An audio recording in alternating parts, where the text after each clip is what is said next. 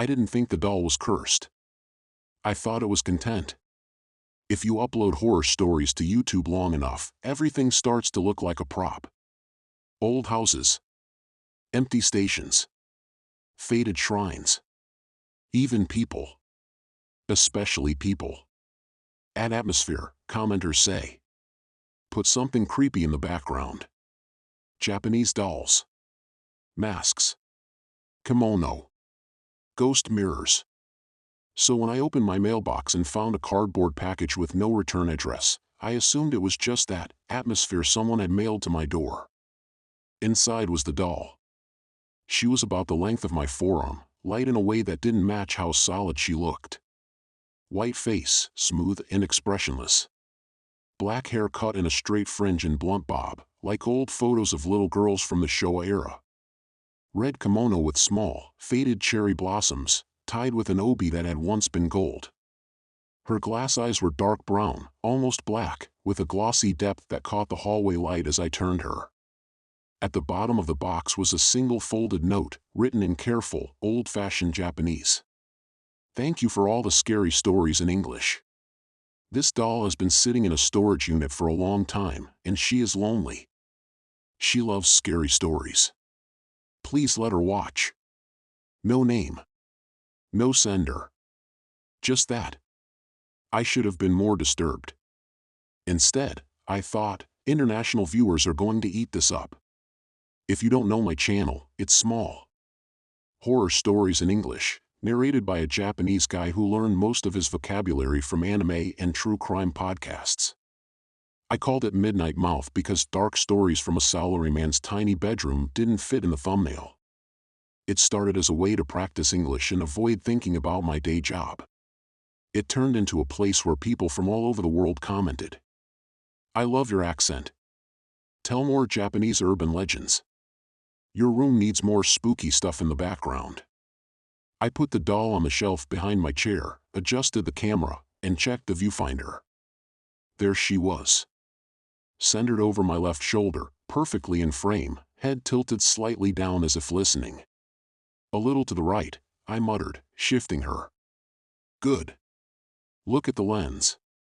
Her painted mouth seemed to smirk for a second in the viewfinder.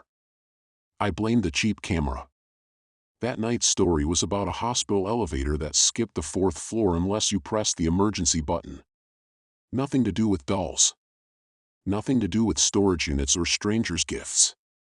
I recorded the intro 3 times. Hi, this is Ren. Tonight's story is another Japanese horror story in English. If you're new, don't forget to. The usual. Between takes, I glanced at the doll's reflection in the dark monitor. Same blank face. Same perfect hair. When I finished, I scrubbed through the footage quickly to check levels. That's when I first noticed it. At the beginning of the first take, the doll's eyes were angled straight ahead. By the second take, they seemed to be looking slightly down at my shoulder. By the third, they appeared to be focused directly on my mouth. It could have been the camera angle. The lighting. My imagination. I told myself, out loud, you're literally a horror narrator. Stop freaking yourself out. Still, that night, before I turned off the lights, I picked the doll up off the shelf and set her face down on my desk. Just in case. Just because the idea of those glass eyes pointed at my bed all night made my skin itch. In the morning, she was sitting upright. On the shelf. Exactly where I'd put her the first time. I assumed I'd forgotten. That's the simplest explanation for everything, right? I was tired. I moved her back after editing. I forgot I'd done it. Memory is cheap paper. It tears as soon as you try to write something frightening on it. The comments on the new video were good. Your voice is so relaxing and scary at the same time. I love the little doll behind you, she's so creepy lol. Her eyes really follow you. I clicked on that last one.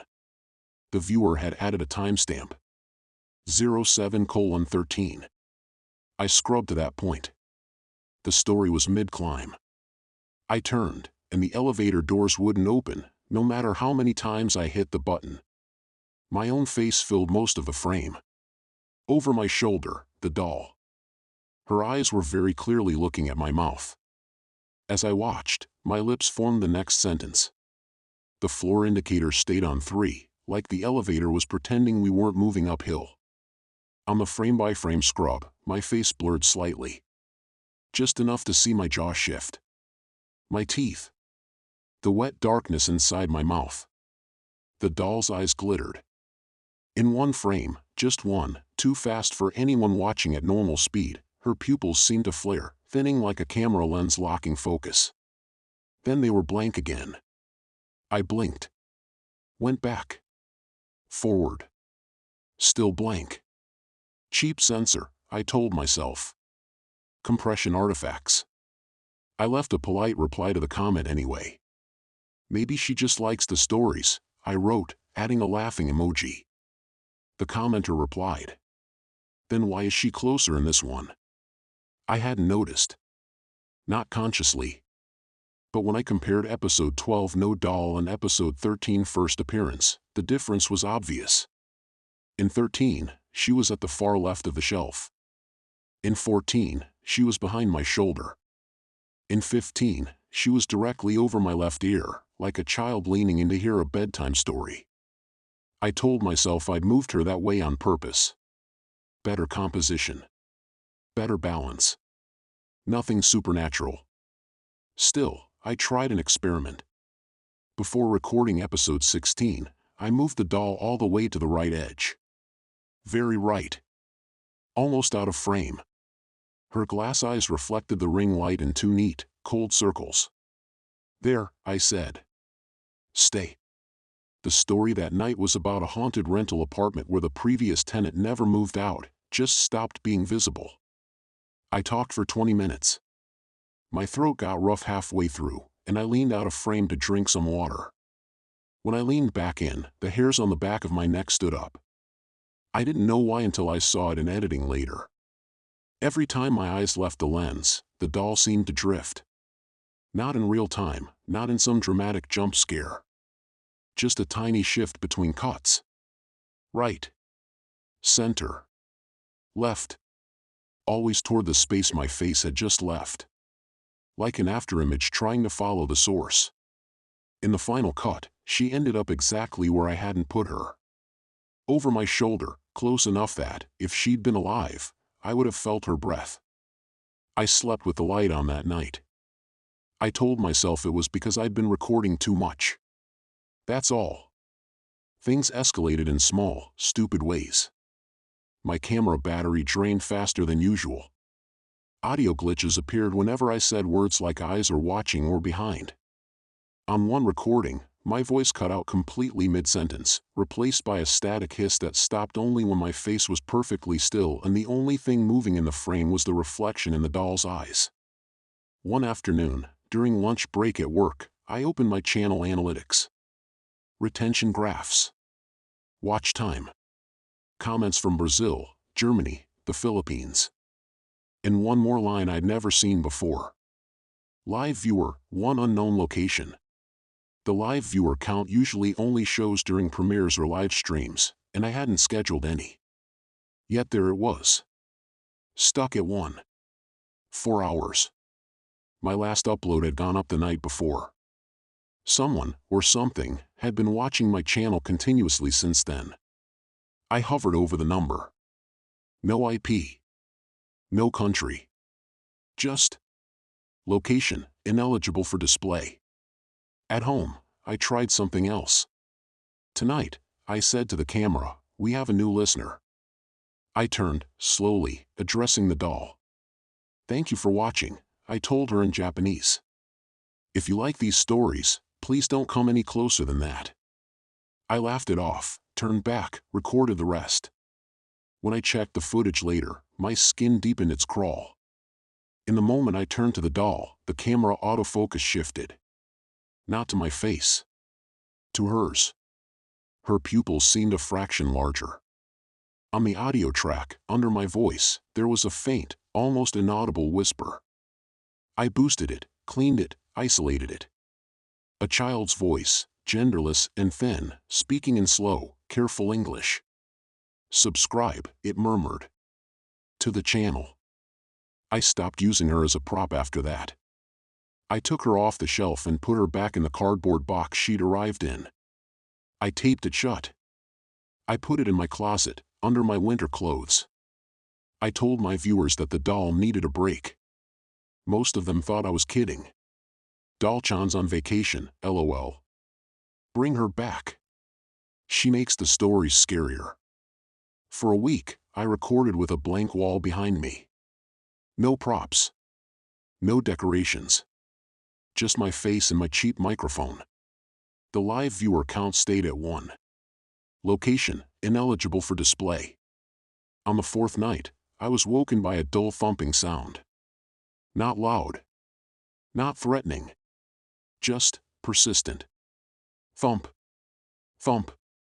Thump. Soft, like someone knocking on cardboard from the inside. My room was dark. My phone told me it was 3:11 a.m. I held my breath and listened. Thump. From the closet. I told myself it was the neighbors. The building settling. A dream. But dreams don't make you sweat like that. Shaking, I got up, turned on the light, and opened the closet. Shirts. Coats. Shoes. The box. The lid was bulging slightly, the tape strained. As I watched, the cardboard rose and fell, very gently, as if something inside was breathing. You're half asleep, I whispered to myself. You're doing this. You're making it a story. The box stopped moving. The apartment went absolutely silent. My heart hammered so hard I could hear it in my ears. Okay, I said aloud, forcing my voice into an annoyed tone, like I was scolding a cat. Okay. I get it. You like the stories. I backed away, closed the closet, and jammed a chair under the handle. It felt childish and useless. Later, I realized it wasn't the closet I was trying to block. It was my own imagination. The final straw wasn't the box. It was the video. Not a video I uploaded. A video I never remembered recording. I came home from work, drained and ready to quit everything. No more doll. No more channel. Just silence for a while. But when I opened my editing folder to back up my files, there was one more. Untitled.mp4. Created, last night, 3:11. The exact time I'd heard the thumping. The thumbnail was black. No preview bar. I should have deleted it. Instead, I double-clicked. The video began with static. Then the image stabilized. My bedroom. Camera on the desk. No ring light. Just the faint blue glow of the window and the red dot of the recording indicator. I was in bed, back to the camera, blankets half kicked off. My face was turned away. My mouth hung slightly open in the unflattering slack of deep sleep. For a long, uncomfortable 30 seconds, nothing happened. Then the closet door, the one I'd blocked with a chair, opened. Not fully. Just enough. The chair didn't move. The door seemed to warp around it in a way that didn't make sense. The box slid out on its own. It shouldn't have. The floor isn't level. Boxes don't roll uphill. But the cardboard container with the doll inside scraped gently across the floor until it reached the foot of my bed. The lid opened. I didn't see a hand, or hair, or a face. One frame it was closed. The next frame it was open. No in between. Darkness inside. The doll climbed out. Not like a spider, or a monster, or anything you'd see in a cheap scare video. Like a child. Slowly. Deliberately. Her kimono rustled faintly. Hands on the blanket, pulling herself up. She sat by my pillow and watched me sleep. For a full minute. Her glass eyes didn't blink. Her painted mouth didn't move. I started to think maybe this was some kind of twisted animation. Then she tilted her head, just a little, as if listening to something in my breath. The audio spiked. I always record at 48 kHz, but the hiss that rose then sounded like it came from deeper than microphones. Layered under it, I heard my own voice. Not the voice of sleeping me. The voice of narrator me. Tonight's story, it whispered in English, is about a man who thought horror would stay inside the screen. The sleeping version of me shifted. Murmured something.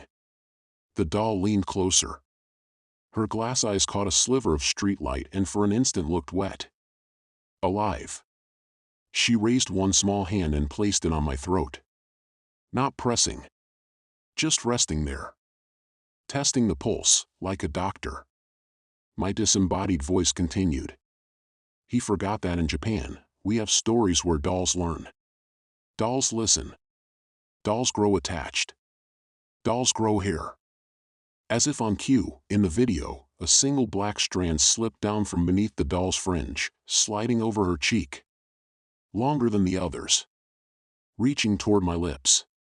My sleeping mouth opened a little wider. The strand of hair twitched. On the audio track, something laughed. Not out loud. In the center of my skull. The doll turned her head then, slowly, to face the camera. To face me, now, watching. Her glass eyes reflected not my bed, not my room, but a small, familiar rectangle of light. A screen. My channel. My upload list. My face on thumbnails, mouth open in mid-sentence. Her pupils narrowed, the way camera lenses do when they focus. I hit stop. My hands were shaking so hard I thought I dropped the mouse. I don't remember deleting the video. I know I tried. I dragged it to the trash. The system asked, "Are you sure you want to permanently delete untitled.mp4? Yes. The trash icon emptied. The file was gone. In its place, a new folder appeared. Doll_videos. Inside were my last 5 uploads. Their thumbnails, side by side. In each one, the doll was a little closer. From the shelf. To my shoulder. To the edge of the frame. To the point where, in the last thumbnail, only half of my face was visible, the rest taken up by her. I shut down the computer. Pulled the plug. Sat on the floor, back against the wall, heart pounding. In the dark glass of the monitor, I could see my reflection. And, in the corner, where the shelf used to be, a pale oval. The doll. Still in the box. Still in the closet. And yet, I opened my eyes. I hadn't realized I'd closed them. The shelf was empty. The closet door was closed. No chair under the handle. I hadn't moved it. I hadn't done any of this. That's the problem with horror. You never know which version of events your brain is going to keep. I don't record in that room anymore. I moved. New apartment. New background. No props. No dolls. My subscribers complained at first. Where's Doll-chan? Bring her back. The stories don't feel the same without her watching. I ignore them. Most of them. When I scroll too fast, though, I always catch one comment that makes my skin go cold. Some variation of. I can still see her in the reflection. The reflection of the window behind me. The reflection of my eyes when the light hits just right. The reflection of the phone screen when I do a handheld intro. Always just a hint, they say. A shape in the glass. A pair of dark, glossy eyes. Watching. Waiting. Learning. The live viewer count is still there. A tiny number in the analytics. Live viewer, one unknown location. Sometimes, when I'm very tired, I picture her sitting somewhere I can't name, in a place not eligible for display, kimono faded, hair just a little longer than before, listening. Not to be scared. Not to be comforted. To practice. To rehearse. To figure out what kind of stories she wants to tell next. I know what you're thinking. If you hate her so much, why keep narrating? Why keep talking into a camera she might be behind? Because that's what I do. That's the only thing I'm good at. And there's another reason. Something in the note that came in the box, the only clue I ever got. This doll has been sitting in a storage unit for a long time, it said. She is lonely. She loves scary stories. Please let her watch. There was a line under that, crossed out so heavily I almost missed it. When I held the paper up to the light, I could just make out the words. If she can't watch, she acts. I don't know if that part was meant as a warning or an apology. I just know I don't want to find out which one it was. So I keep uploading. I keep talking. I pretend, for my audience, that the stories are just entertainment. That nothing ever reaches out through the glass. That props stay props. But sometimes, when I'm editing and I see my own mouth moving without quite recognizing the words, I feel like I'm the doll now. Sitting still. Listening. Letting something else learn how to use my voice. If you noticed anything strange in this video, a reflection, a shadow, a pair of eyes that don't belong, do me a favor. Don't tell me in the comments. Don't pause. Don't zoom in. Don't send screenshots. Just let her watch. And when you go to sleep tonight, make sure there's nothing with a painted face and glass eyes pointed at your bed. Especially if you didn't put it there yourself.